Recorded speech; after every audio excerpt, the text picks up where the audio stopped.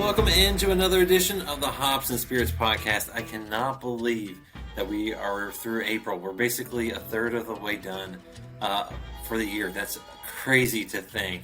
It's gone by so fast. I also can't believe that we're talking Kentucky Derby and now Cinco de Mayo. That's right, we're going to have an amazing episode for you. Here in just a little bit, you'll see our Flight Night crew, and then we finish off the episode with tequila and some Mexican spirits with IZO spirits. But first, we hit Chicken Cock. Greg Snyder, a legend in the game, talks to the flight crew. It's an amazing episode. I also want to thank everyone who participated in our April giveaway. Congratulations, I believe, goes out to none other than R.D. Flesher for winning the giveaway. That'll prize pack will be in the mail soon. And if you didn't win, don't worry. We've got another one coming in May, and I'm hoping to make it even more spectacular. Basically, one a month is our goal. So stay tuned to our social media pages at Hop Spirits, all one word, on Instagram, Facebook, Twitter, and even TikTok. And also don't forget to check out our 60-second highlights every Monday morning, dropping on our YouTube page, Facebook page, Instagram, and TikToks, where we highlight all sorts of products. We just did Ballast Point, the Big Gus. Before that, we were bourbon, cocktails, you name it, we've done it. So don't forget to check that out. Now, let's get to the show. Tonight, it is Flight Night 4 as I'm knocking things over. See, Ariella, I told you I was going to screw something up today. It's Flight Night 4. This is our second bourbon flight night. The first one was back in January with the crew and Barrel Bourbon, Barrel Craft Spirits. But this week, we are with Chicken Cock Whiskey Company. They do bourbon, rye, and a couple special releases as well. The crew with us, we have D, better known as the VA Bourbon Hunter, Ariella, also known as Influenski on Instagram, and Chris, who confuses everyone on Instagram as Jeff the Rabbit. Guys, welcome back. Thank you for having us. Thank you for having me. Glad to be back. Yep. And then our guest this week is Greg Snyder, Chicken Cock Master Distiller. Greg, thank you for taking some time to talk the brand and also let us sample a few things. Thank you, Jonathan. It's a privilege to be able to join you all this evening. Well, I always like to start things off with one tough question. It's a nice little icebreaker. And for this one, as the weather's getting a little nicer, hopefully everywhere. We did have snow here in Kentucky last week, but, it melted by midday. The one tough question is, would you rather enjoy a drink on the porch deck or in your backyard or at the bar? Who would like to go first? I'll go. I would say back deck, man. Especially during this quarantine, I don't need to go to the bar. I can stay home, I can save money, and I can have a drink on deck with some friends, and it'd be a beautiful day. The bar, especially, I'm gonna spend about $100, and then I need to Uber home or something. I'm staying home. Yeah, me too. I'm definitely going to pick home 9 times out of 10, just because I have what I like to drink at home. Most of the bars around here don't have what I really want to drink. So, yeah, and same here. It's definitely the home, the back patio. Even if I go to bars, the pours are really expensive, especially the ones that I really want to try. It's more economical being at home with the whiskey collection that I have at home. And Greg? Well, get a wise group here. I have to concur. I've been blessed. My wife and I have a pool in the back, and I have a little bar under a gazebo shelter house like that. Doesn't matter if it's raining or whatever the weather is. I can sit there at my bar and as Chris said, enjoy what I have in my inventory at home. But few tunes on Spotify, and I'm set, man. Yeah. I'm gonna go 5 for 5. For me it's the back deck. I also got a nice little fire pit out there, and I don't know, there's just something with a drink and a nice fire going. You just can't beat that. Now I will say for beer, because it is hops and spirits, there's nothing wrong with a nice beer garden someplace, which is just like a patio. You're just paying a little extra for everything. But yeah, I'm definitely a backyard back deck kind of guy myself too. Nice. So. I think we have a very smart crew here on this one. Now, Greg, for those that don't know, the Chicken Cock brand has been around for a long time, but it might be new to a lot of folks because, as we were talking about beforehand, it was only in 12 states up until pretty much recently, when now it's in about 40 states. But what can you give us a little history lesson here so we understand what we're about to drink? Well, I can indeed. It's interesting. Usually when I do conduct a tasting, what do you think the first question is I get? Your name. Where did you get that name? That's right. Exactly.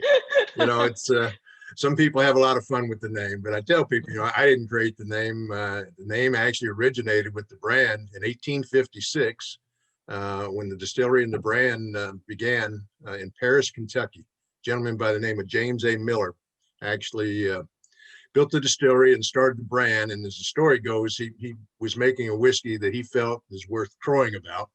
And so that's where Chicken Cock whiskey got its name.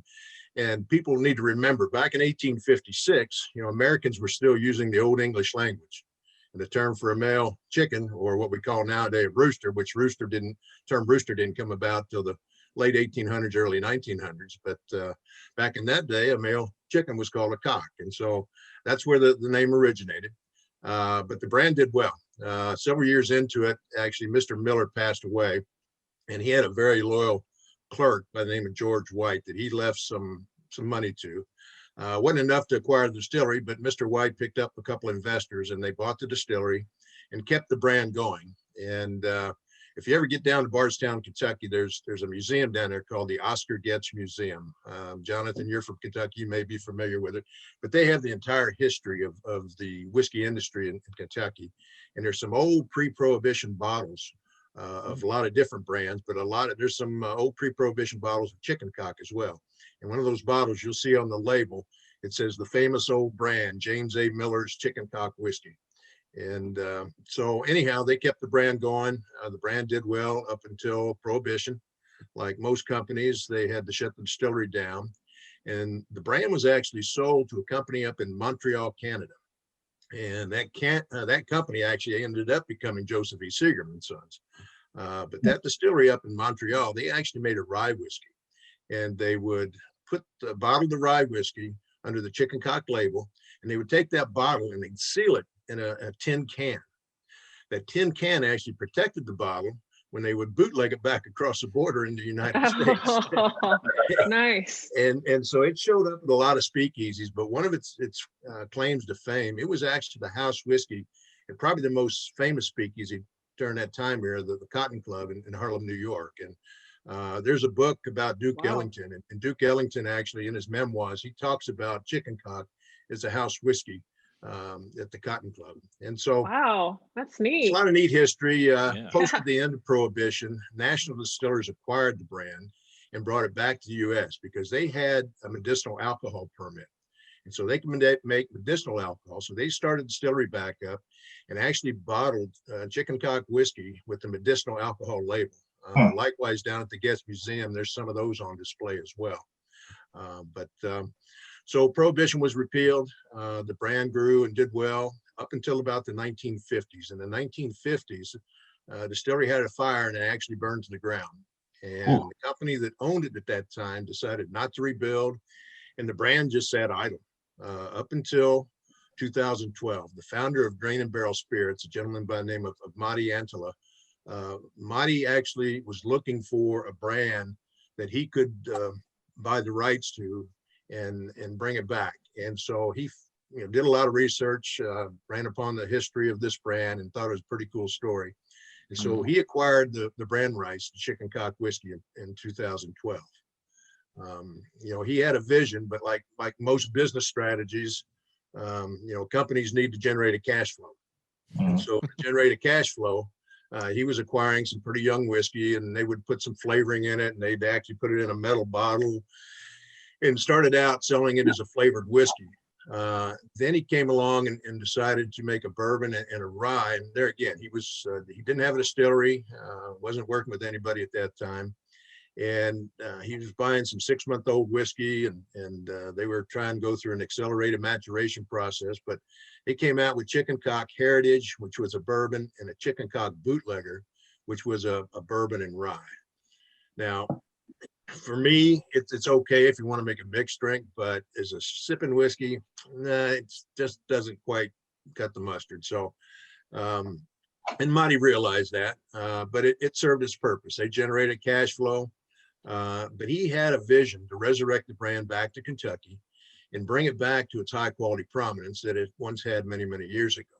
And so this is where I kind of come into the picture. Now, I've been in the business A few 43 years. years now. I actually started with Joseph E. Seagram and Son in Louisville right out of college in 1978. And so Wow. I've been very blessed to have a great career and very blessed to work with so many great knowledgeable people and learn from them everywhere I've worked. I mean, I worked at Seagram's, worked at Brown Forman for 12 years. 9 of the 12 years I worked at Brown Forman, I actually managed their cooperage operations. So I not only know how to make whiskey, how to age whiskey, how to bottle whiskey, but I also know the importance of the barrel, which quite honestly, most people don't realize 60 to 70% of the flavor in that bottle of whiskey actually comes from the white oak barrel. So from there, I went to Wild Turkey. I was actually the vice president of Austin Nichols and the managing director at the Wild Turkey Distillery for a little over 10 years. Spent a few years up in Maine with White Rock Distilleries. I think their biggest brand at that time was a product called Pinnacle Vodka. We actually created okay. the dessert category of vodkas. Oh, wow. And but Jim Beam acquired in 2012. Jim Beam acquired Pinnacle and plant assets, and asked me to move back to Kentucky area to head up the transition of the brands they acquired into their Frankfurt plant. So I did that.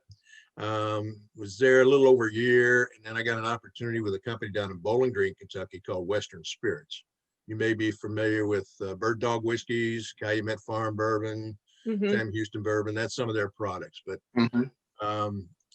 Bowling Green is about a little over about 2 hours from where I live, and I was a little bit too far to commute day to day. So I was living and working down in Bowling Green during the week and driving home on weekends. And after about 3.5 years of doing that, I said, you know, it's time to ramp up my retirement plan. And that was not retire, but start my own consulting company and share some of my years of experience and knowledge with people that are getting in the industry now that the bourbon industry was booming. So good opportunity for me. And that's when I hooked up in July of 2017. I met Marty, the founder of Grain and Barrel, and he was sharing his vision with me. And then through my consulting services, I was helping them with some supply chain issues and some operational issues. But then after Monty and I got to know each other a little bit better, and he shared that vision, he asked if I'd be interested in serving in the role of master distiller. And so I said I would do that on one condition. We stopped bottling the bootlegger and the heritage and any of this other stuff and truly focus on resurrecting the brand and bringing it back to Kentucky and bringing it back to its high prominence, quality reputation. So that's what I've been doing over the last few years. The first step of that was I negotiated an agreement with Bardstown Bourbon Company. If you haven't been to Bardstown yet, or when you do get to Bardstown, you got to stop by Bardstown Bourbon Company. It is beautiful. They actually started producing whiskey in 2016, and they have put together one of the greatest teams in this industry. That's some fabulous people down there, and they're making some fantastic whiskey, and the place is absolutely beautiful. It's amazing how quickly they've grown and how successful they've been. But Steve Nally, who's their master distiller, is a good friend of mine. Steve is actually the former master distiller at Maker's Mark. Steve was the guy kind of behind the curtain, actually making the whiskey every day. And Bill Samuels and a few other folks were in the limelight, taking the glory. But Steve was the actual guy that was a true master distiller. And so Steve helped Bardstown Bourbon Company get started. But Steve's one of the few guys that have been in this industry a little bit longer than I have, and quite knowledgeable. Just a great guy. So hooked up with him, and he introduced me to the management team at Bardstown Bourbon Company. And they have what they call a collaborative distillation program. Now, there are distilleries that contract distill. They make whiskey with their mash bill and put it in a barrel, and you can buy those barrels through contract. Well, through a collaborative distillation program, it's a bit different. They make whiskey according to our specifications, and I have complete oversight of the entire process. So basically I gave them our mash bill. Our bourbon mash bill is 70% corn, 21% rye, and 9% malted barley. Then I also gave them the work instructions, as far as the time and temperature, cooking, the enzymes we want to use, the yeast we want to use, the specifications for fermentation and beer chemistry, the specifications for distillation. And then I also select the barrels. Now, through my consulting services, another one of my clients early on in that process was a bunch of guys out in West Virginia, in White Sulphur Springs, West Virginia. And they were interested in starting a cooperage. And so I told them I could help. And I did. And so they have a company now called West Virginia Great Barrel Company. And of course, the first thing they needed was a stave mill. And so basically they acquired the equipment and put together a stave mill. And I went out there and I trained their employees. I think it was the first week of February in 2019. And then I went back out the first week of March 2019 and did some retraining with some additional new employees. But basically I taught them how to quarter saw white oak logs, how to cut staves and heading, what to look for as far as defects, how to edge them up, how to stack them properly so they can naturally air dry properly. And then when they got the cooperage equipment in place and got the cooperage built, I spent some time out there as well, training employees how to build a quality barrel, how to toast it properly, how to char it properly. And a lot of the equipment in the design of the cooperage, I provided some assistance and giving them some direction on best things to do, the best practices, so that they have control over every process throughout the operation. So my connection with them, when I say select the barrels, I'm actually, since 2019, May of 2019, I went out there and I actually hand selected the logs. I'm looking for extremely tight grain white oak. Yeah. Mm-hmm. Now, part of the beauty in West Virginia, they're smack dab in the heart of the Appalachian Mountains right there. Yeah. And some steep mountains. If you've ever been through that area, you know how rough and rugged and steep those mountains are. And so 50% of the trees are growing on a north-facing slope. So they're not getting the sunlight that the other ones are. So just because of lack of sunlight, they're going to grow slow. Likewise, even though the ones on the south-facing slope are getting sun, that soil is not fertile. It's so rough and rocky that it's not great for growing things. But trees grow in it, but they grow slow. And so they have an extremely high percentage of tight grain oak coming out of the Appalachian region there in West Virginia, Virginia area, that whole area right there. And so the reason I'm looking for tight grain now, by standard, tight grain is a minimum of 10 annual growth rings per inch. Those guys, they're averaging probably 12 to 15 annual growth rings per inch. And so what that does, it gives you a much higher density, a higher concentration of the hemicellulose and lignin that gets converted into the extractables, the caramel and vanilla flavors in the extractables. When you build that barrel, and one of our specifications is we're going to toast it, give it a nice, deep, long, penetrating toast, where we're going to convert the hemicellulose into the caramel substance and the lignin into the vanilla substance. Basically, you got cellulose, hemicellulose, and lignin, white oak. And the cellulose is the primary cellular structure that makes the wood hard, holds it together. The hemicellulose is where the polysaccharides are, wood sugars. So just like holding sugar in a spoon and you hold over a burner, what to do, it starts melting and caramelizing. Well, that's where that caramel flavor is. So by toasting that barrel, you're converting that hemicellulose into caramel substance and giving those sweet flavors. Remember, 60 to 70% of the flavors coming from that white oak barrel. Same thing, when you toast that barrel and heat it up, the lignin converts into vanillin, and that's where your vanilla flavors are coming from. So again, the tighter the grain, we're going to get a much higher concentration of those desired extractables, and we're actually taking full advantage of what that wood has to offer. If you just char a barrel and you don't toast it, you're going to create a thin layer of those flavors just on the inside of the char, but not the full extent of what that wood actually has to offer. And so it's just, some of the things that I've picked up in the 43 years that I've been in the business. And so usually I go out there a week to 10 days before we're going to make our bourbon or our rye. And I actually oversee the process of the barrel construction. They take the staves and heading from the logs that I selected the previous year, and we build those barrels from those staves and heading. And then again, I'm there to make sure that everyone's toasted properly, that everyone's charred properly, and constructed properly. And so Once those are built, then I go to Bardstown and oversee the process of the making of our bourbon and our rye, and it goes in those barrels. So it's something unique. I don't know of any other distillery that's actually has control of it, from, as I say, from bark to barrel to bourbon to bottle. I have complete oversight from the very beginning through. So something unique that I'm proud of, and able to take my 43 years and focus it on a brand like Chicken Cock, and looking forward to something special. So the first bourbon we laid down was actually in 2018. And so it's going to be late next year, probably before that's at least 4 years old and able to bottle it. We'll see. I taste it every 6 months to see how it's progressing. And it's coming along great. I couldn't be more pleased with the way it's progressing, but we'll probably start bottling some of it, like I said, late next year. Now, in the meantime, and what I've been doing for the last couple of years, part of my responsibilities, I go out and I try to find good quality whiskey that we can acquire and actually put under the Chicken Cock label to bridge that gap until our whiskey is of a proper age and proper maturity. And so that's kind of what I've been doing. And that's what we're going to be tasting tonight, actually. I was going to say, we've got the first one is the bourbon. So you could tell a little bit about that as we kind of get to. Yeah, I don't know if what they sent you. Did you didn't get this bottle, did you, Jonathan? Just a sample? We got some nice sample sizes. Okay, so if I don't know if you can see this bottle or not. This is actually a replica of the old Chicken Cock bottle, pre-prohibition Chicken Cock bottle. It has a honeycomb embossing in the glass, and people like it. It's a pretty attractive package, but what that represents chicken wire, actually, around the bottle.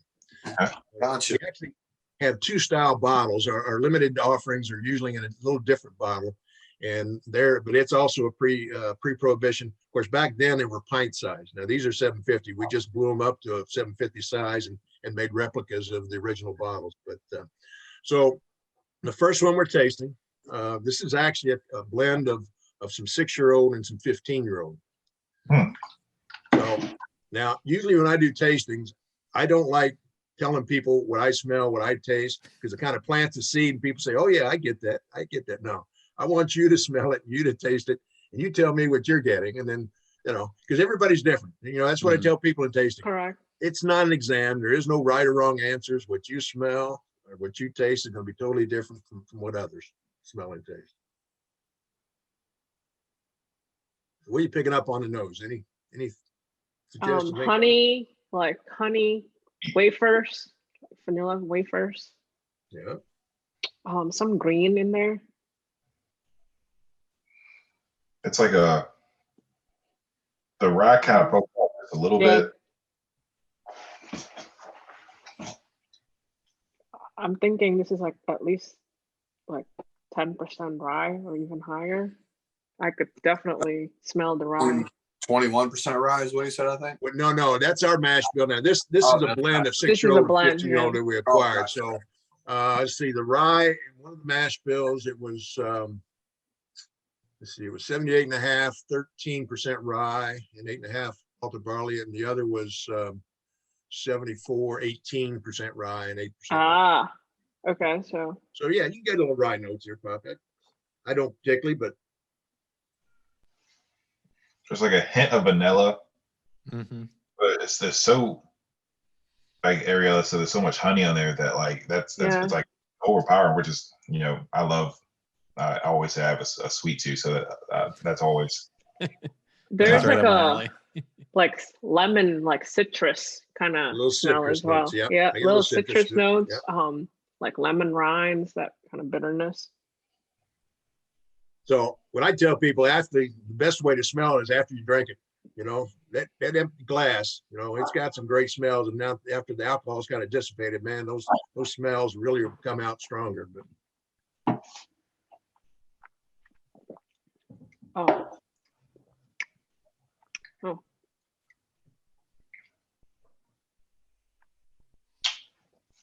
Yeah, I get the vanilla wafer.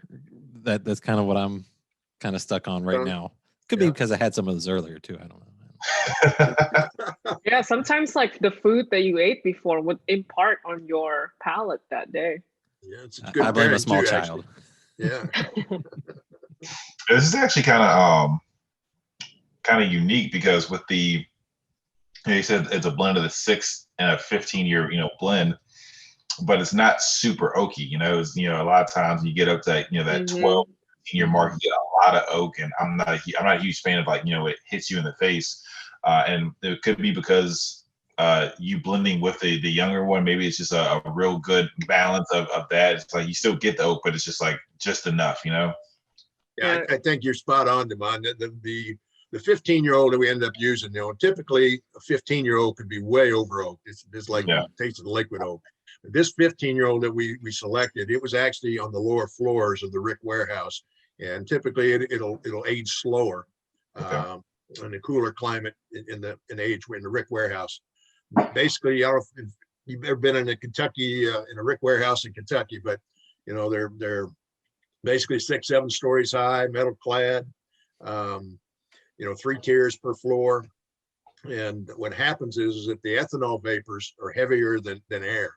And so as evaporation takes place, all those ethanol vapors settle on the lower floors of that warehouse. So if you go inside a traditional brick style warehouse in Kentucky in the heat of summer, 90 degrees outside, man, you think somebody turned on the air conditioning. It's cool in that warehouse. And it's an alcohol bath, basically. That's all those ethanol vapors. And so it's high humidity, a little cooler. And so the whiskey will age a little bit slower in the lower floors. And so that's where you can get such an old whiskey without being an over oak. Interesting. Yeah, it's really good balance. And especially it's very balanced. Yeah, especially for it to be 90 proof. I honestly, yes. I'm a high proof snob. Most of you guys know that. So when I see something below 100, I'm like, oh man, I'm not gonna like this really at all. But it's good because there's a lot of lower proof bourbons that you just get like there's just no flavor. It's just so watered down and everything. But that's not what this is at all. You get so much flavor in a 90 proof pour. I mean, it's solid. Yeah, I was literally just getting ready to ask what the proof was because I don't have the bottle. I just have the sample. Because it's a nice balance. It's not oaky. It's not too sweet. It's almost right there in that half and half. Enjoyable. Thank you.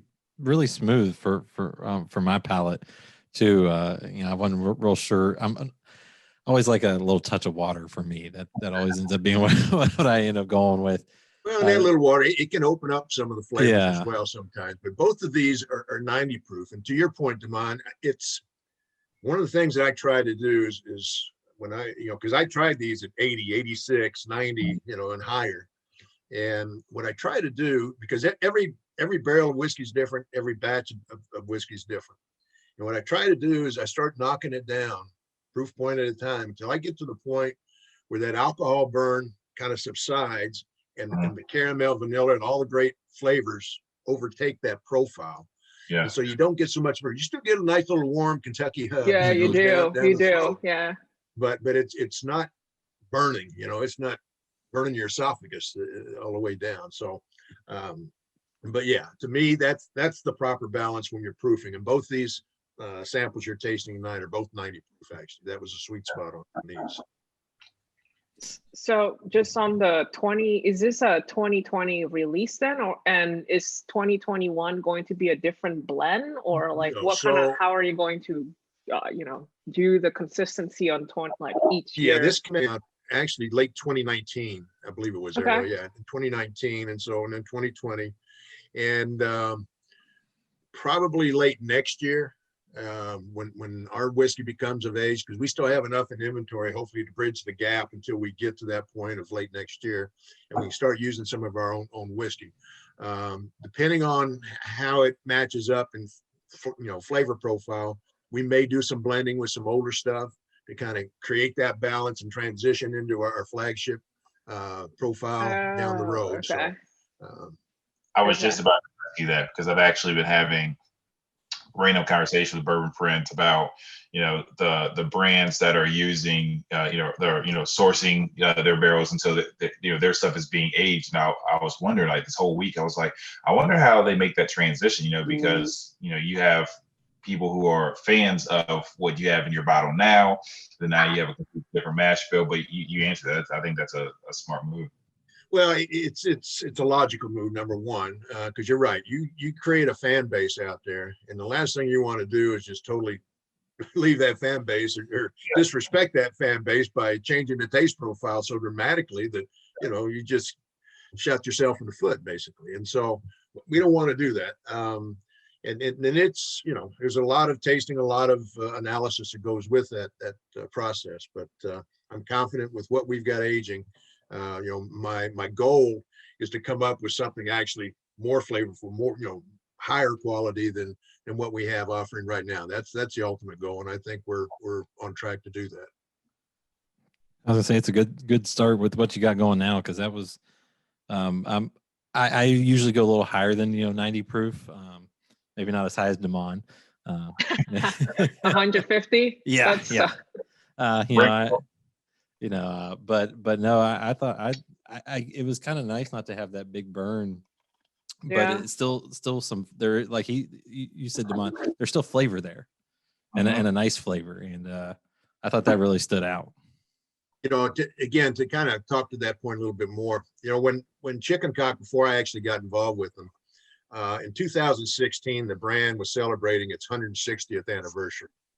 And so Marty actually, to begin the process of offering a higher quality product, he acquired some bourbon from MGP in Lawrenceburg, Indiana. I'm sure you're familiar with them, Midwest Grain Products.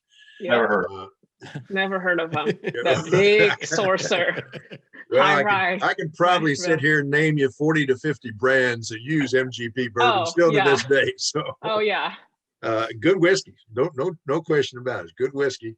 And but anyhow, Marty acquired about 40 barrels, and he came out with the 160th anniversary. It was 8-year-old Chicken Cock bourbon, single barrel, and it was good.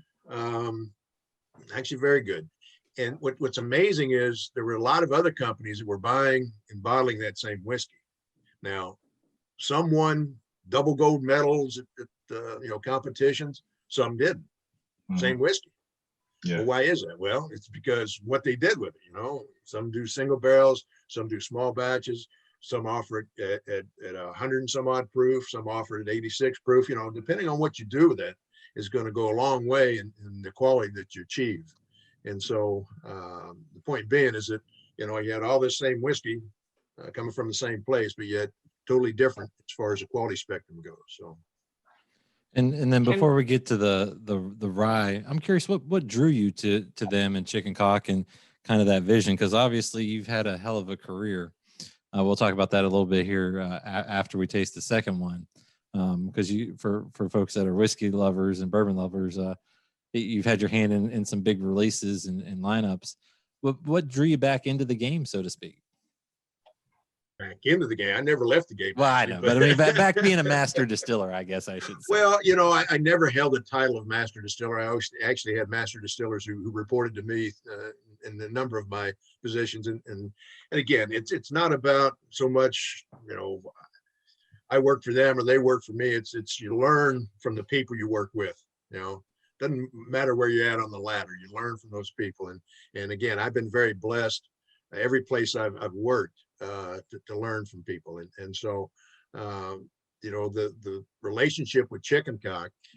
Actually, my son was friends with one of the managing members, and they were looking for some consulting help on the operation side, and that the timing was just perfect. I was happened to start my consulting company, and so I connected with him, and it went from there. So, but again, the brand it's got a lot of neat history.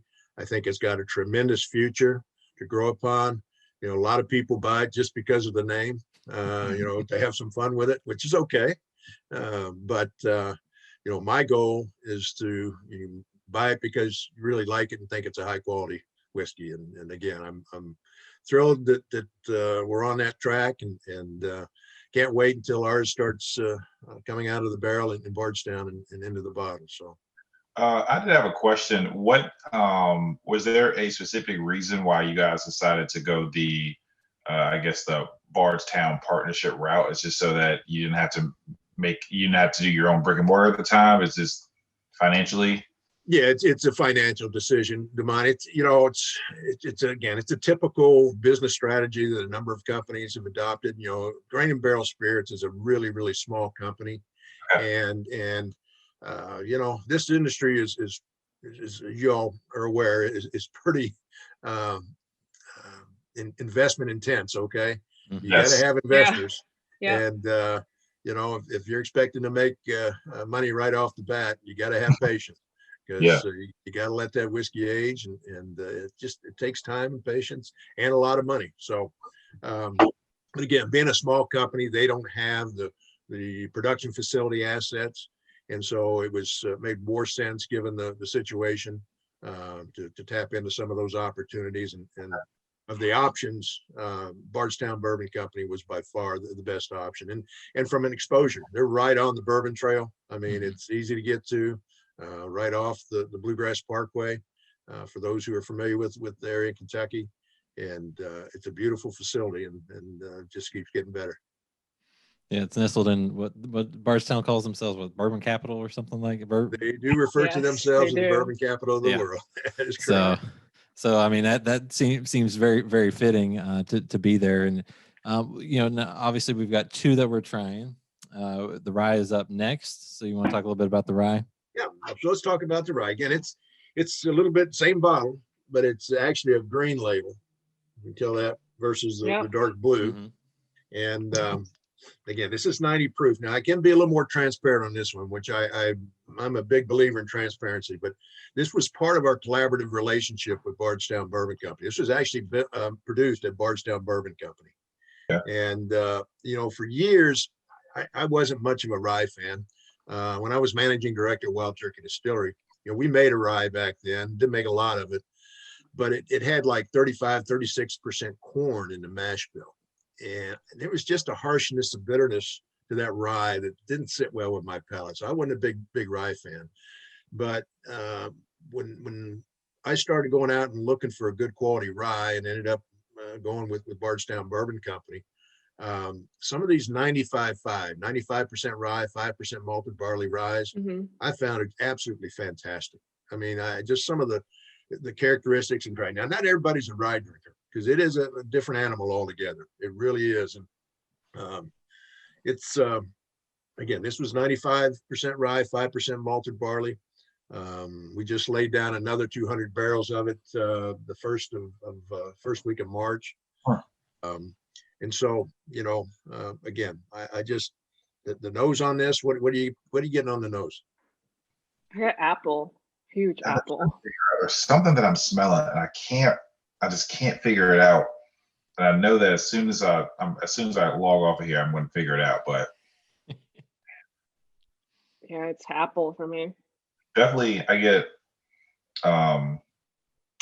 mint also. That rye. A lot of people say mint or spearmint. Yeah. I'm getting a little bit of that rye grassiness, is some of the things that, you can tell right away when you smell it. Yep, that's a rye. Yeah. Definitely. Yeah. It's sweet though. I was just about to say there are certain ryes that I've tried, and it's like, there's like that sweet rye, and that's what I'm getting on the nose on this one. Yeah, it's not spicy at all. It doesn't really bite. Yeah, it's I kind of like spearmint. I think it's one like the Wrigley's gum, like the green one. Spearmint, yeah. I can smell it. I said mint spearmint is a common comment that people get. I get a little bit of spice myself, actually. I like to do a lot of cooking on my green egg. You talked about what's your favorite place to enjoy a drink. Well, if I'm out there by my pool bar, I usually have the green egg fired up, and I'm smoking a good piece of pork or beef or something. But I make my own dry rub, and I use a lot of paprika and a lot of cumin in my dry rub. And I get some of those notes as well. You keep talking about your house. It sounds like we need to come hang out with you. Yeah, with a green egg. You come this way. Pool's not open yet. It'll be open about this time next month. So I was gonna say, I mean, next week it's gonna be 80 here. I mean, come on. It is. I know, but as you said, we had snow here. A couple last week? Yeah. It's fun to wake up to a half inch of snow. Well, I had about close to 3 inches up where I live, believe it or not. Oh wow. Yeah. but like you said, it melted by midday. So That's Kentucky. For those that's it. that don't live here, you get all seasons in every yeah, week. it was 72 degrees the day before, and make up next morning, I've got 2 to 3 inches on the ground. So We're like that in Virginia too, man. It'll legit be. There was 1 week last month. It was legit 80 degrees on Monday, and by Saturday it was snowing. Yeah, that's the South for you. I think my favorite story on that is it was a couple of years ago. I woke up to about 12 inches of snow. And I'm from West Virginia. I'm used to a lot of snow. I mean, I lived in the mountains, not too far from White Sulphur Springs and Beckley. And so I'm used to snow. I mean, one winter we had 3 feet of snow all winter in our yard.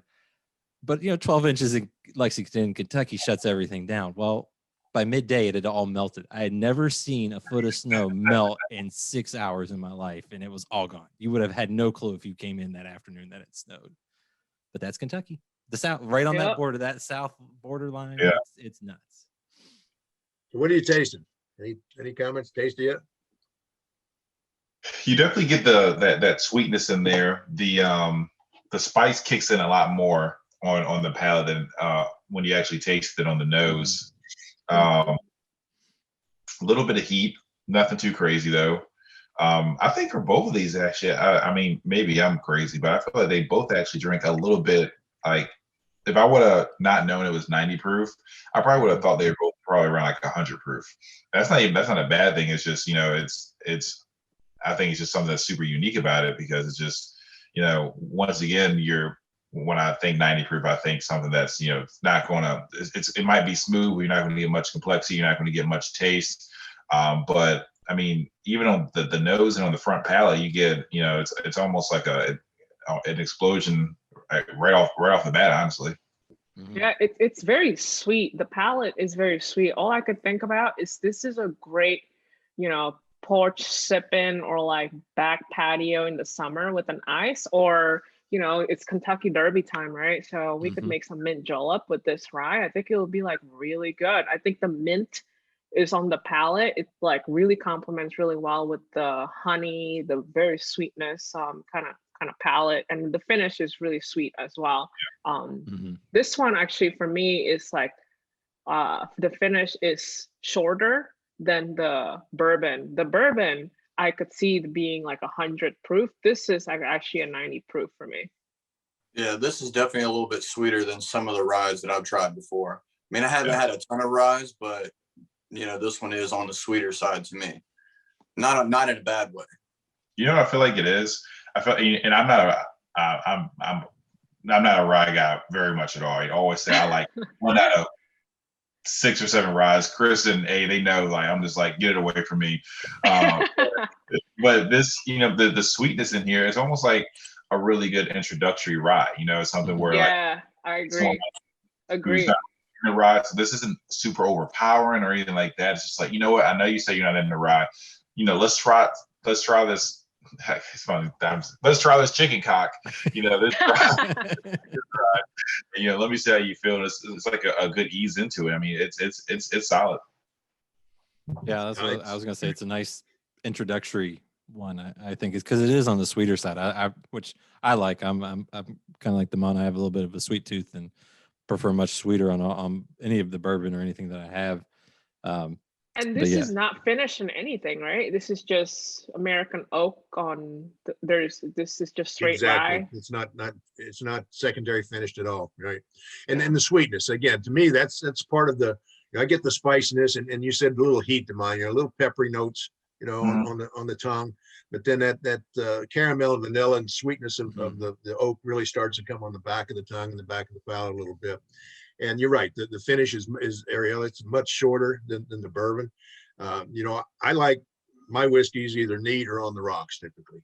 Right on. I'm not a big cocktail fan, but occasionally I'll have a cocktail if I go out to dinner. But a friend of mine introduced me to an old fashioned that he made with this rye, and it was phenomenal. I just, it said the sweetness really complemented the flavors of the old fashioned. And it made it fantastic for those people like a Manhattan or an old fashioned. This really makes a great drink. So I was thinking the same thing. Yeah, I'll have to try that for sure. Now, Now, you kind of alluded to this, Greg, that you have a little bit of a history in this industry, just a little bit, 4 decades, just a little. Can you talk a little bit about that? Because, I mean, you've pretty much done everything.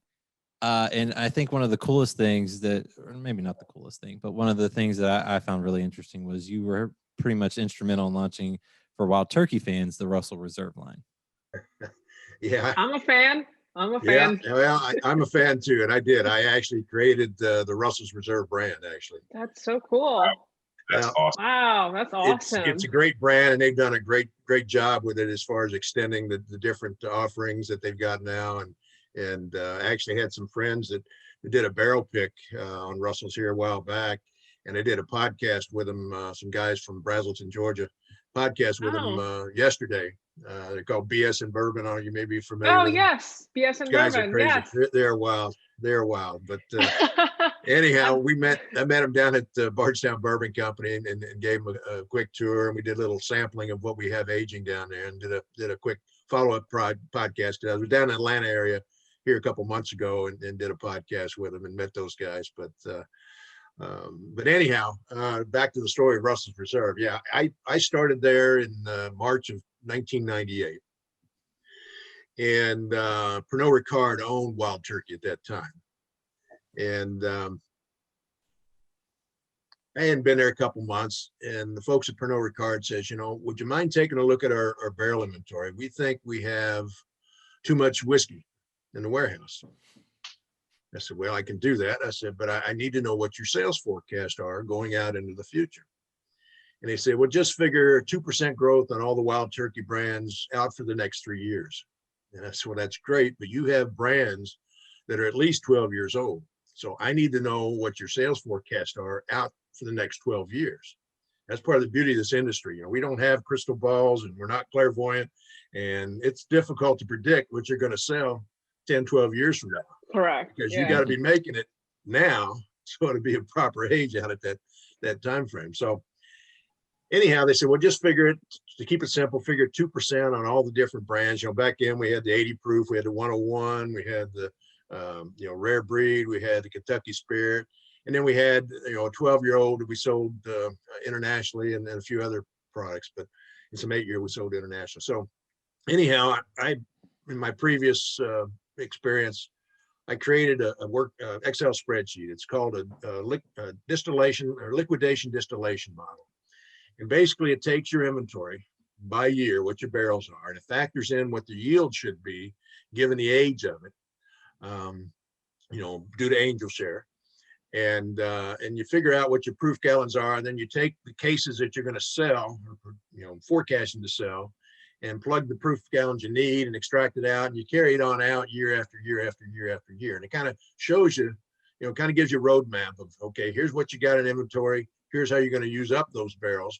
But then going forward, as you get farther out into it, here's what you need to produce to have available for sales going out into the future. So it's pretty simple once you look at it and understand it. But I did that, and I came back to him. I said, you know what? I said, you don't have too much whiskey, but you got too much old whiskey.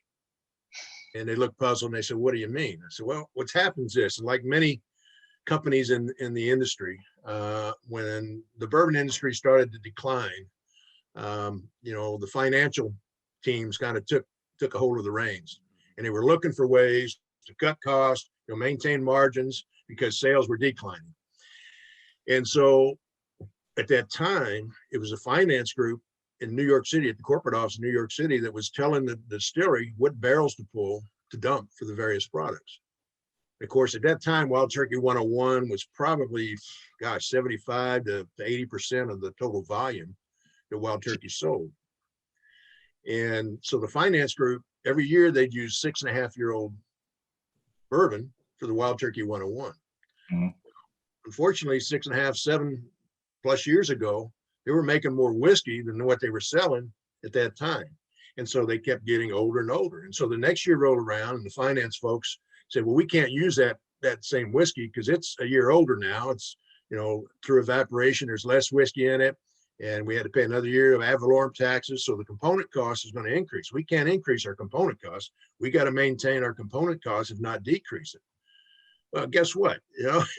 It's it's not going to get any cheaper. It's going to keep evaporating and get more and more expensive. So I finally convinced the powers that be. I said, number one, let finance do finance. Let the folks at the distillery determine what barrels we're going to use. But you've got three options. Number one is you have got to start using some of that older whiskey. Now, not in such high percentages in the blend that you're going to dramatically change the taste profile like we talked earlier. You can use some of that older whiskey in small enough percentages to use it up gradually without dramatically changing the taste profile. That's a must. We got to do that. So we started doing that. I said, the second option is you can try to sell aged whiskey on the open market. But in 1998, nobody was buying aged whiskey. Yeah. Not like but if they were, today. they'd have been smart. If they were, they'd have been smart. Yeah, should have been hanging on to it because nowadays it is extremely difficult to find good quality whiskey, and when you do, it's not cheap. It's expensive as heck, which tends to drive up the price point. So, tell me about it. So anyhow, so that really wasn't an option. But I said the third option is this. I said, we could start a new bourbon brand. And I said, you know what? It's high time this company paid tribute to one of the greatest master distillers that ever worked in this industry, and that's Jimmy Russell. Jimmy Russell's a dear friend of mine. I love him to death. He and Eddie both worked for me for a little over 10 years, and I thank the world of Jimmy. I'd do anything for that man. I'd take a bullet for that man. But he's a true prince. He's really the last of the true Mohicans that kind of grew up with corn dust under their fingernails, and the true master distillers. Unfortunately.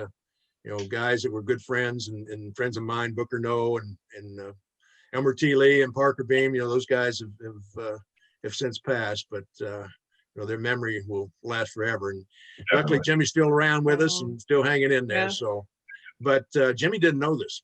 And, our folks in New York, they said, well, that's great. What should we call it? I said, well, for lack of a better name, why don't we just call it Russell's Reserve?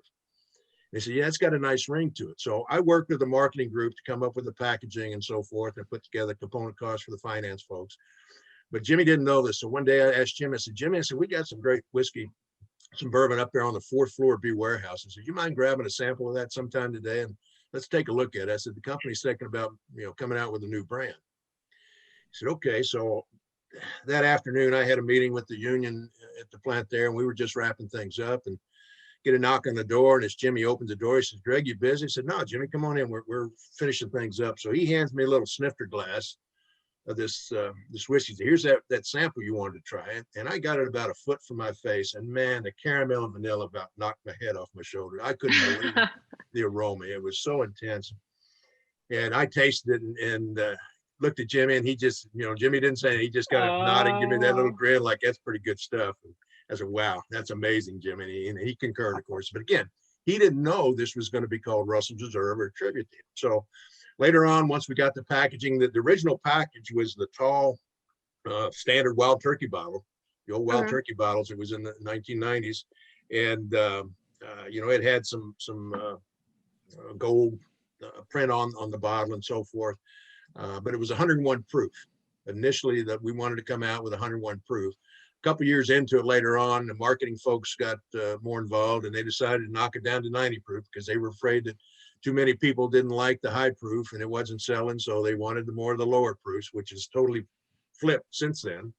Yeah. Most people like the higher proofs nowadays. But anyhow, they knocked it down to 90 proof and put it in the existing short, squatty bottle that it's in now. But so later on, we kind of, when the time was appropriate, we kind of did a little presentation and told Jimmy we were naming it Russell Reserve as a tribute to him. And he shed a few tears and was pretty proud about that. But great bourbon, especially for the price. It's tough to beat. And it really is a tribute to one of the greatest people that ever worked in this industry. That's awesome. Thank you for sharing that. That's awesome. That's such a great anecdote, just because I'm a fan of Russell's. And wild turkey, that's my number one. So good whiskey for sure. Yeah, it really is. And I was sold on the Russells. Now it's like I come across, especially at Russell's store picks, like, oh my God, like give me whenever I can find them, I want them. Well, Demond, the guys I was telling you about, the guys from BS and Bourbon, they're connected with the Cork and Keg up in Brazelton, Georgia, and Tommy and Daniel Kitchen, who owned the Cork and Keg, they were with them and they're part of this podcast. But they brought me a bottle of the Russell's pick. They actually have a label on it. Jimmy Russell's, he chews Red Man tobacco. Okay. And so they have a label that looks like the Red Man tobacco label, and it says Russell's Man on it. It's got a picture of Jimmy on it. And it's pretty cool. But I mean, they gave me a bottle of it yesterday, and I got home last night and I opened it, and man, it just brought back so many great memories of the caramel and vanilla bomb that I remember. So yeah, That's great. awesome. It was a great store pick. Awesome. Yeah, I figured everyone would love, since you all don't read up on everyone of our guests. I figured y'all would love that story from Greg, because that's awesome. Because like I said, I mean, 40 years. I mean, you've worked in literally every probably facet of this industry. I mean, especially the cooperage. I mean, that's kind of amazing and in and of itself. And as we wrap this up, anyone got any other questions before I ask my last question? I mean, we try the bourbon and the rye. What's next for you guys? Are you guys doing anything, any specialties? Any, the new thing is, toasted bourbon or anything finished in something, like what's next for Chicken Cock? Well, we've done a couple of limited offerings. Yes, I done saw actually that. two. We did a Chicken Cock Beer Barrel Select, which was actually, we gave Goodwood Brewing Company in Louisville, Kentucky. We gave them some bourbon barrels, freshly done bourbon barrels. They aged a walnut brown beer for about 6 to 8 weeks in those barrels. Dumped the beer when the beer was ready. They took it out. I got the barrels back and put bourbon back in those barrels. And it took a little over 6 months for it to saturate all the flavor it was going to. But it was really unique. And to me, it tasted more like an Irish whiskey. You really got that malted barley flavor Oh, wow. up front. But it had some of the nice complexities of the caramel vanilla that you get from bourbon. It was really kind of unique. And then we followed that up with a second collaboration with them where we did it was called Chicken Cock Righteous Blonde, righteous spelled RYETEOUS. And try to get around some of the TTB requirements on labeling. But it's same thing. We gave them 6 empty bourbon barrels. They put a blonde ale in those barrels. And 8 weeks later, they took the blonde ale out. I got them back and I put rye whiskey in it this time. And it was a little over 5 months that rye whiskey was in those barrels. But same thing, just some spectacular flavors. To me, that's one of my favorites. If I'm going to sit out back on the deck and I'll pour just a neat in a little Glencairn like that and sip that. I mean, it has such a sweetness that it takes care of a sweet tooth after dinner. But late last year, we did a 15-year-old barrel proof. Yeah, remember 15-year-old can be real woody. These barrels I personally selected on the lower floor, and it to me, it was in my top 5 of all time. I mean, when I first smelled it, I smelled not just chocolate covered cherry, I smelled dark chocolate covered. Now you get that bitter sweetness from the dark chocolate and the cherries. And I mean, it was just, and the flavor complexity was amazing. It was 114 proof. It was only sold in Kentucky. We sold some online, but it was only sold in Kentucky. And Liquor Barns in Kentucky, which is a huge outlet, liquor outlets. Just a little store. Yeah, just a little store. They're all over, but they bought the lion's share of it. They bought the majority of it. There's still probably a few bottles left on their shelf. It retails for $300 a bottle. It is something spectacular, though. It is amazing. So wow. So back to your question, Damon. I kind of filled you on some of the limited stuff we've been doing. We've got a few things on the drawing board right now. We're looking at doing a bourbon rye blend. Also looking at doing a rye finished in some rum barrels. And so we're kind of putting all the pieces together right now, but I'm hoping before the end of the year, we'll have some of those out. And we hope to continue to do some, limited offerings to not only bridge the gap, but kind of give our consumers some different things to try. Yeah, that's awesome. That's awesome. Yeah. So I love how you're working with it. Is it Ted down at Goodwood? Yeah, Ted Mitzloff, great guy. Yep. Great guy. Had him on, and I know he works with Bardstown a little bit too. So that had to be a nice little combo package there, because they do some interesting things. Because they age their beer in all barrels. That's how they do all of their stuff. And I'm telling you what, they got some fantastic beers. Oh my gosh. That might be the beer for you, Damon. You think so? I don't know. You're I'm still thinking about that one. One of these days, I'm going to find one for you, just because Yeah, Yeah. I'm not an IPA guy, Demond. I don't know if you are or not, or if you're not a beer drinker at all, but I'm more of a lager guy. I like the the walnut brown ales and the blonde ales lagers that they do. But if you like little wood flavoring, man, they do a fantastic. They got some fabulous. Yeah, I'm not a beer guy at all. So, but he's on enough, a man. he's on a podcast called Hops and Spirits. I want him to try to drink beer one time. So, A stout. I think a stout. There you go. yeah, there's plenty of bourbon barrel aged things out there that we might find Exactly. something for you. But so I guess what my last question for the group too is what was your favorite? Anything like that? For me personally, surprisingly, it was the rye. I think I enjoyed the rye the most. yeah, I would agree with that. And that's no slight to the bourbon. Mhm. But, for me, once again, I'm not a huge rye fan. So whenever I come across a rye that that I actually enjoy, that really sticks out for me. And so, I mean, I think that's the rye is definitely my favorite. Yeah, I like the bourbon the most, just because it being 90 proof, I got a lot more flavor than what I was expecting, and it was nice. Yeah, and my favorite was the bourbon as well. It was actually pretty complex for a 90 proof. Has like a lot of like that honey that I like in my palate, and it's a solid bourbon definitely for a 90 proofer. And Greg, what was your favorite? Oh, Yeah, I try. I'll take the fifth on that one. Okay. Yeah, you can't pick when it's your kids. You can't ever tell us who you're. Well, I will say the 15-year-old that we had was phenomenal. It of I all the look forward chicken to cock try that. renditions, actually the 15, and we had one my first introduction, the first one that I really got involved in, got my hands dirty on. I mentioned the MGP, the 8-year-old single barrel that we had. Came out in 2016. Well, in 2018, I asked Marty, the founder, I said, let me have that last 12 barrels of that MGP. And I said, let me do something special with it. Now, I like single barrels, but my biggest rub with single barrels, they can be so inconsistent, barrel Correct. to barrel to barrel. You put the same whiskey in 2 identical barrels from the same cooperage on the same day and age them side by side in the same warehouse for the same length of time, and they can be both ends of the spectrum. They can be so different. So what I did is I took 12 barrels, I did my sensory analysis, and kind of the process I was telling you earlier, I started knocking them down. They range from 108 to 115 proof in the barrel. So I started knocking them down a proof point at a time till I got to the point where I felt that alcohol burn subsided and the flavors overtook the profile. And for that bourbon, for that whiskey, that was 104 proof. And then I started matching up from my sensory notes, barrels that were pretty dominant in certain characteristics with ones that were less dominant. And I tried to get some consistency from batch to batch. And we called it chicken cock 10-year-old double barrel batch. And when most people hear double barrel, they think, well, you finished it in the secondary barrel. No, double barrel, we did 2 barrels per batch.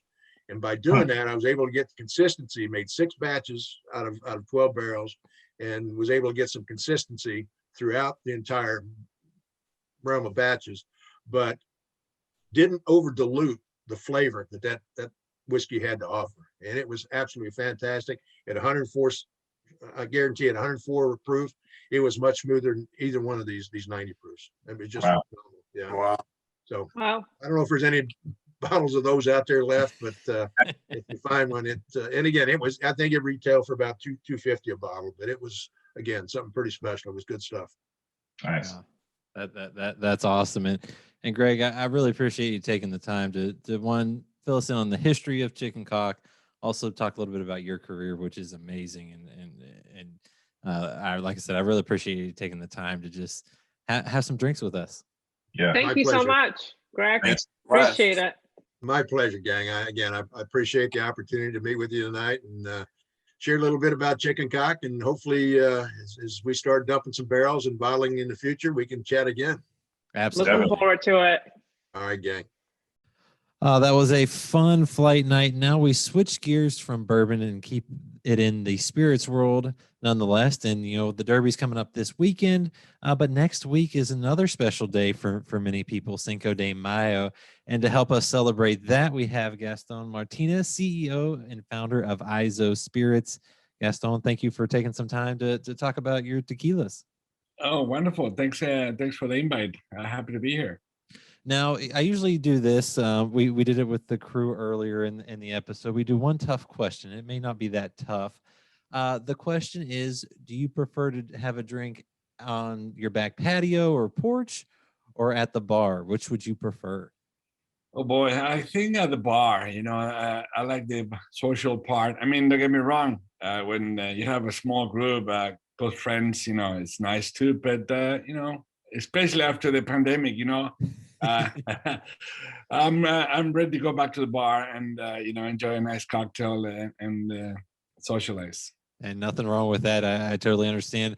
Everyone earlier said outdoor. I'm a big outdoor guy, but there's something about maybe being at a bar or club and sitting on their patio that I just can't pass up, especially when the weather is nice, which I think we're finally getting into for the majority of of us. Now, my first question for you is, how did you? Because ISO Spirits hasn't been around forever. But it's something that you, I guess, kind of felt a calling to kind of keep some traditions going. So how did you guys launch this spirits company, and why?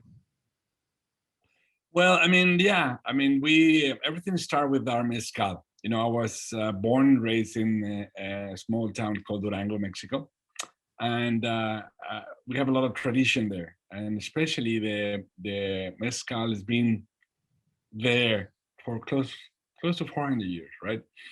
And then this is our way to celebrate, to get together, and kind of my idea was let's keep that tradition. Let's show how we enjoy ourselves, and when we get together, I bring always the mezcal. And from the mezcal, another spirits come along, sotols and then tequilas, bacanoras, and all that. But the idea behind this brand is, my goal of, passing along my heritage, my the way we celebrate, the way we, go and have a little bit of fun, after a day of hard work. Right? Absolutely. And you mentioned the mezcal and other things. Was that kind of what it just went so well with that then you started to look at other things that you could go, or was it just, I mean, how did, because I mean, expanding can be difficult, Oh wow. and danger, and it's tough to do. So I mean, obviously things had to be going well, or feedback was well. No, sure. I mean, the mezcal, I mean, that we create, I mean, our profile. Keep in mind that we own a distillery, right? We, as I mentioned, always we are a company from ground to glass. That means we take the whole context of the process, from the harvesting, from the cooking the agave, from the fermentation, from distillation, bottling, processing, promoting, and getting the bottle into your hands. But I mean, definitely mezcal had a great impact. I mean, it was well received, and in 2020, when the pandemic hit us, and we kind of thought the idea of adding more products and becoming one of the few spirit companies that can produce and bring almost all the Mexican agave spirits, right? Mm-hmm. And that was kind of the idea, because the brand was solid and it was consistent. Let's integrate more members to the family, have a better shelf presence, and showcase what it's all about the Mexican spirits. And can you talk a little bit, for those that don't understand, where the Mexican spirits come from, or the grain, so to speak, that most people would think of, for whiskeys and stuff, it's corn. Not so much for Mexican spirits, it's the agave. No. It's the agave. I mean, the agave is the key element for our process. Let's go back to that. We use for our mezcal and sotols, we use wild agave, and the agave is like Those are planned. It takes between 8 and 10 years to be ready to be harvested. And there's a lot of process and time consuming about producing a bottle of mezcal. Only because of that, it takes 10 years. It's not like you're doing your whiskey. Right, give me a truckload of grain and that's it, right? I mean, Yeah. But for us, it's more like a lot of labor intense, and the agave is one of the. There's in mezcal there's 50 different type of agaves. In tequila, you have only one is blue agave, but in mezcal you have 50, right? I mean, and you have 9 regions that can produce mezcal in Mexico, and we are in this region in the state of Durango, and we have 10 different type of agaves there. But our predominant agave that we use is agave cenizo, and again, it's all wild, it's nice, and it has a nice floral and citrus notes, and very smooth. And we do it like with a very nice smoky taste. Mezcal tend to be a smoky product because we roast the agave in a fire pit. We use oak wood, and then that kind of help us to get that kind of a smokiness. I personally don't like the mezcal to be too smoky, but in a way, we get a nice balance, nice medium smoke, nice floral fruitness, and a very smooth finish. And I was reading today about the mezcal industry. It looks like that's poised for a lot of growth, hopefully. I'm guessing that's something that you're happy to see. those are the news I want to hear, every day. Yeah, for sure. So for those that may not understand how it's different from tequila or some of the other Mexican spirits, what is the difference among those? Yeah, well, first of all, it's kind of the type of agave, and the region that you create the product. We have regions now that are protected with the denomination of origin, and then tequila is one, and but they only use blue agave, right? And the blue agave is the one they has to be used for tequila. In mezcal, first of all, as I mentioned before, we have 50 different type of agaves, 9 regions. And what we do is we roast the agave in a fire pit for 4 or 5 days. It's like smoker, right? And think about that. And then the flavor of that different type of process of cooking is completely different from the tequila.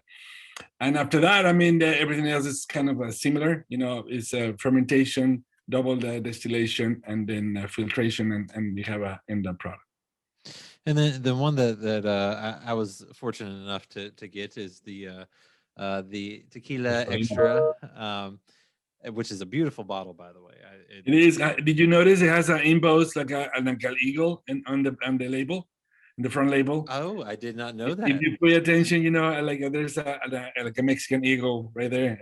On our label, but it's hidden. What we like is to give a lot of information, but not in your face, right? It's just because sometimes companies, they do like a very very hey, I'm here, but our product and our package is a very well thought, and it's an elegant, but it has a lot of information. It's a very rich product.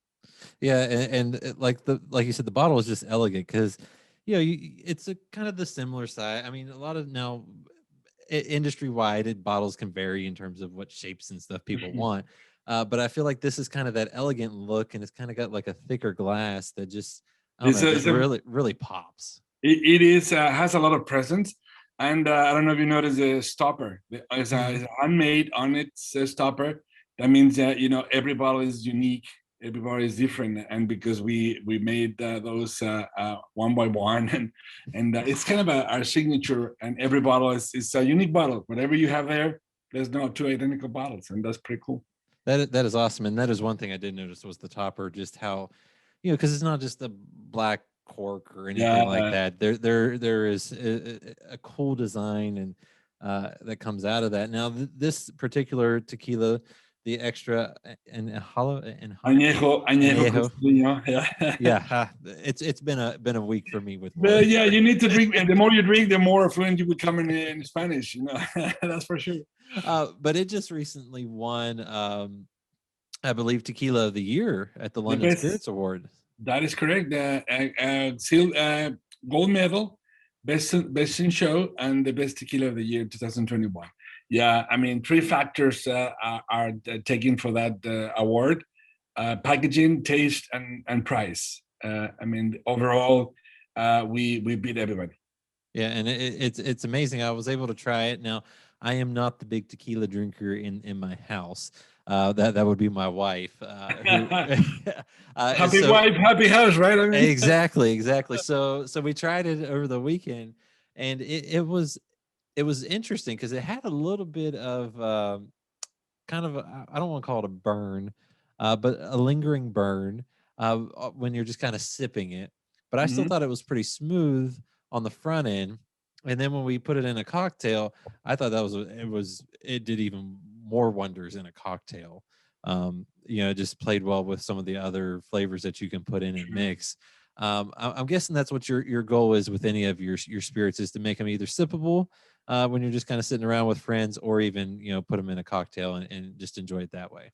No, yeah. I mean, the package, the bottle, the product, everything is made to sip.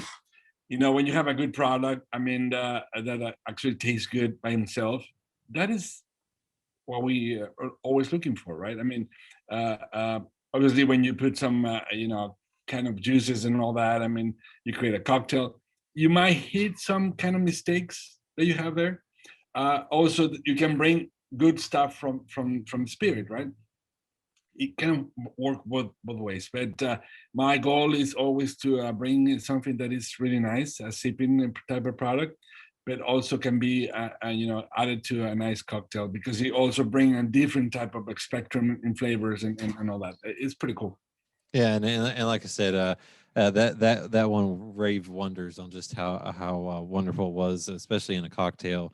I don't think my wife really just sips on tequila for the most part. I'm not going to say what she normally does with tequila, but I think people can understand I uh, know. with that. But as I don't want to keep you too long, but when you're creating new products, what goes through that process? Because I mean, obviously, you guys have a nice list now, about 6-7 different products out there. Because this is a Mhm. newer one. Yeah. How do you come up with that? Well, I mean, obviously, again, the idea behind bringing the most of the Mexican agave spirit, right? And I believe everybody knows about tequila. Mhm. That's a pretty cool, product. I think tequila is overtaking a lot of spaces from different spirits in the world. And now the celebrities, are just every celebrity wants to own a tequila company, right? The agave spirits are booming, and especially tequila, and obviously mezcal is coming very strong behind Mhm. tequila. It's kind of a okay, but for us, let's bring the best of the best, right? Let's try to. That's why this cristalino. I don't know if you know about the term cristalino, but this tequila is being aged for 3 months. This is an añejo, means that it's been aged for more than 3 years, more than 3 years, sorry.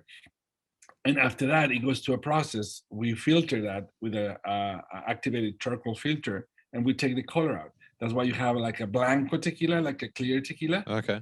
Actually, this tequila has been aged for 3 years, and then it has a little bit of vanilla notes, of the oak, of the American oak that we Mhm. use, and then a nice sweet taste also at the end of the palate that gives you all the flavors of the agave.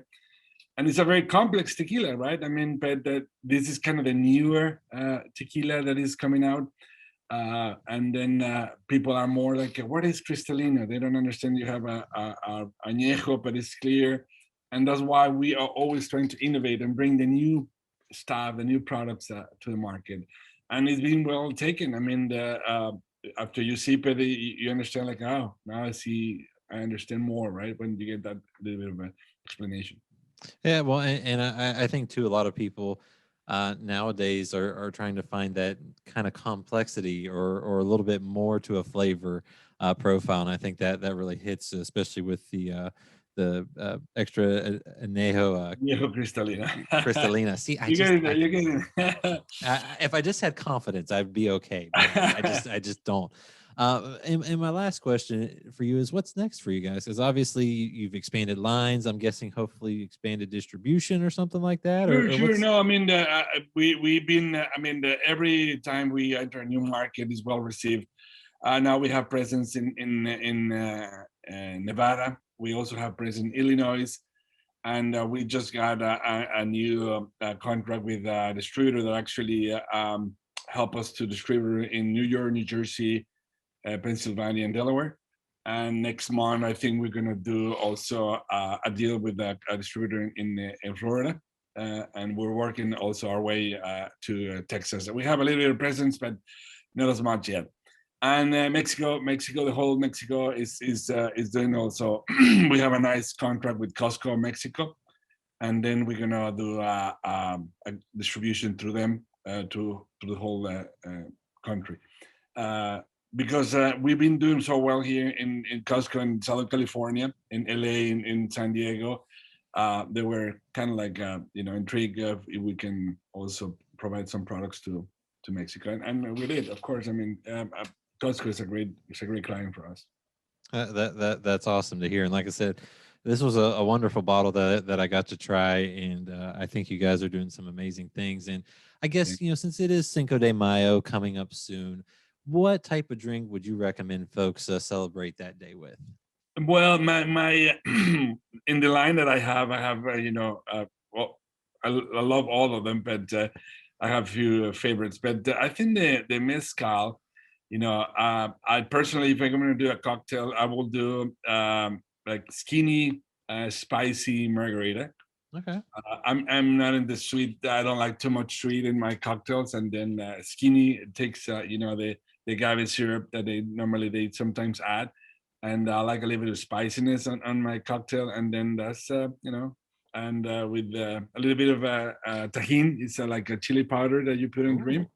And then with that, you're set. 2 or 3 of those, you'll be happy. And you'll probably be able to think you can pronounce things correctly as well. We'll become fluent in Spanish after that. Exactly. And for folks that if they want to get more information, they can go to IZOspirits.com, and there's some great recipes up there. And you can find where the product's available as well. Gaston, I really appreciate you taking the time, and thank you so much. My pleasure. Anytime. Thanks so much. Yeah. Boy, was that a full episode. I can't believe everything that we got to do, who we got to talk to. Greg is amazing, a legend in the game. Gaston Martinez is doing some amazing things with Mexican spirits. You just never know what you're going to get when we do these things, and it was a blast. And I appreciate everyone for coming on. Like I said, don't forget to check us out on our social media pages at Hop Spirits, all one word, Instagram, Facebook, Twitter, and TikTok. You can get the link in our bios to find all sorts of fun stuff, including our YouTube page, where we also have the videos of these up as well. And if you're not checking out the videos, you really need to, because you get to actually see some of the liquid that we're talking about, whether it's clear, hazy IPA from Ballast Point, or the Flight Night stuff and the tequila that we were talking about today. Just so much fun. Also, remember, if you can, leave us a review. Let us know how we're doing on your podcast players. We really appreciate that.